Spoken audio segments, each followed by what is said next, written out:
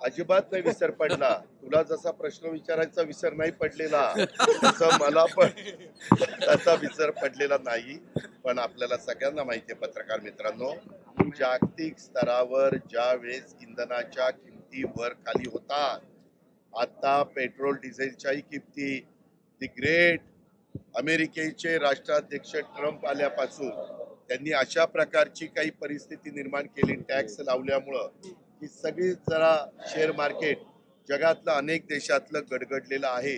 त्याच्याबद्दल परवाच मी कुठेतरी भाषणामध्ये पिंपरी चिंचवडला उल्लेख केला.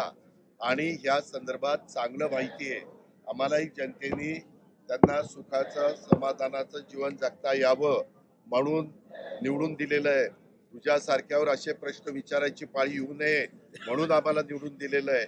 पण 50 रुपये वाढले तरी पंतप्रधानांनी ऑइल कंपन्यांना पेट्रोल डिझेलचे दर वाढवू नका, तो तोटा तुम्ही सहन करा, अशा सूचना दिलेल्या आहेत. आज आता स्वतः उद्याच्याला आम्ही अमित भाईंच्या बरोबर पण आहोत.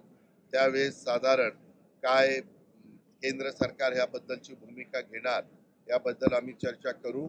आणि एकंदरीत वातावरण जगातलंच या कराच्यामुळं गडबड झालेली आहे आणि त्याच्यामुळं किमती कमी अधिक प्रमाणात वर खाली होत आहेत.